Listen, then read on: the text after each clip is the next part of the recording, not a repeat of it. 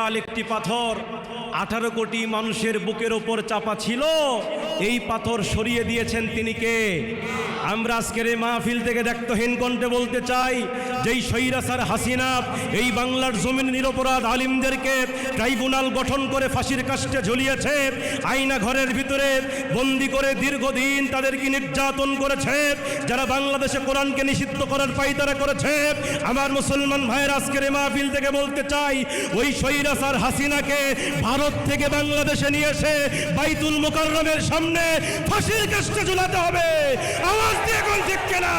যদি এর জন্য তাকবীর পড়ে দেন, যদি এর জন্য মুসলমানদেরকে আবার আন্দোলন করে তোলার প্রয়োজন হয়, যদি আছেন কারা কারা তো হাত তোলার লাগে দেখা যায়।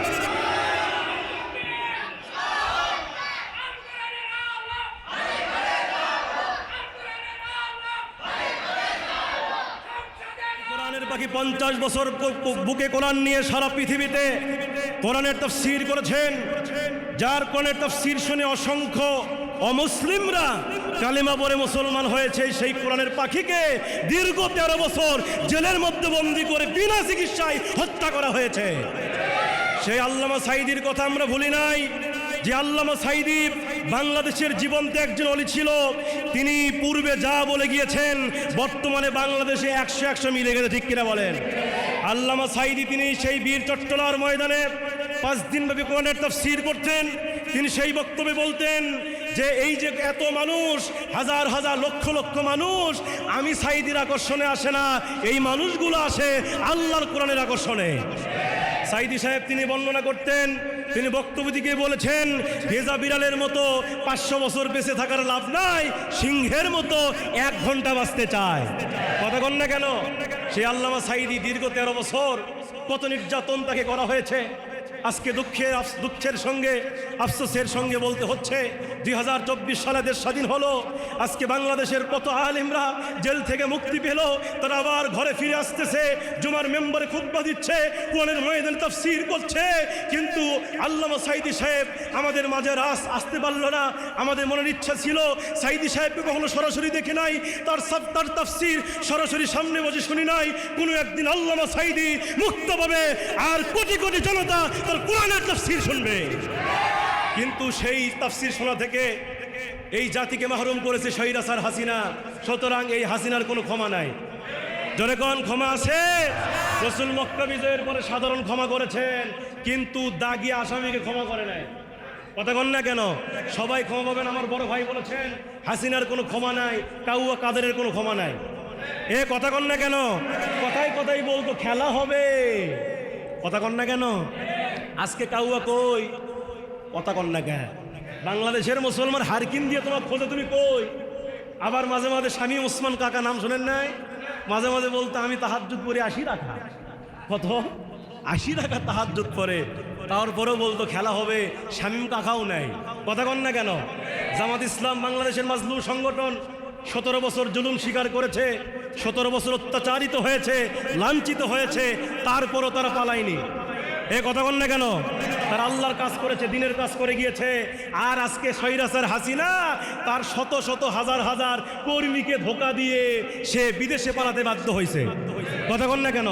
এই জন্য মুসলমান ভাইয়েরা আমাদেরকে মনে মনে বিশ্বাস করতে হবে, বিজয় যিনি দিয়েছেন তিনি কে?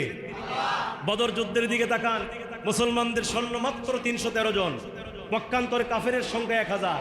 নবীজির সাহাবীরা যুদ্ধের জন্য প্রস্তুতি নিলেন। নবীজির কাছে ছোট্ট 2টা বাচ্চা গেলেন, মুআজ আর মুআজ, ছোট্ট 2টা বালক নবীজির কাছে গিয়ে বলছে, ইয়া রাসূলুল্লাহ, আমরা শুনতে পেলাম বদর যুদ্ধের ডাক এসেছে, নবী মুসলমানদের সৈন্য কম, যদি আপনি অনুমতি দেন আমরা 2 ভাই বদর যুদ্ধে যেতে চাই। সুবহানাল্লাহ বলবেন না? নবীজি আমার বলছে, মুআজ আর মুআজ, তোমরা ছোট্ট বালক, তোমাদের গায়ে শক্তি নাই, যুদ্ধ করতে গেলে শক্তি লাগবে, যুদ্ধ করতে গেলে অস্ত্র ধরতে হবে, যুদ্ধ করতে গেলে শরীরে বাহুর শক্তি দরকার, কিন্তু তোমরা ছোট মানুষ, তোমরা যুদ্ধ করতে পারবে না, চলে যাও। এই কথা যখন আমার নবীজি বলছিলেন, বড় ভাই ডাকতে বলছে, রাসূল আমি বয়সে বড়, আমার শক্তি বেশি, নবী আপনি আমারই অনুমতি দেন। ছোট ভাই ডাকতে বলছে, রাসূল ও বয়সে বড় হলে কি হবে, ওর চাইতে কিন্তু আমার শক্তি কম নাই। আল্লাহু আকবার বলেন। আমার মুসলমান ভাইয়েরা গভীর মনোযোগ।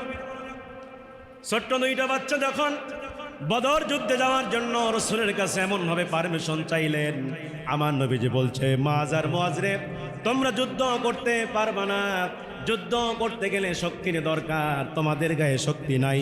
বড় ভাই ডাকতে বলছে রাসূলুল্লাহ আপনি আমারে পারমিশন দিয়ে দেন, আমি যুদ্ধে যাব। ছোট ভাই বলতেছে আমি যুদ্ধে যাব। এই দৃশ্য দেখার পরে আমার নবীজি দুই ভাইকে বলছে তোমরা এই মুহূর্তে কুস্তি লাগো, দুই ভাই তোমরা মারামারি লাগো, দুই ভাই তোমরা লড়াই করো, যে লড়াই জিতে যাবে, যুদ্ধে জিতে যাবে, কুস্তিতে জিতে যাবে, তারে যুদ্ধের জন্য পারমিশন দিয়ে দেব।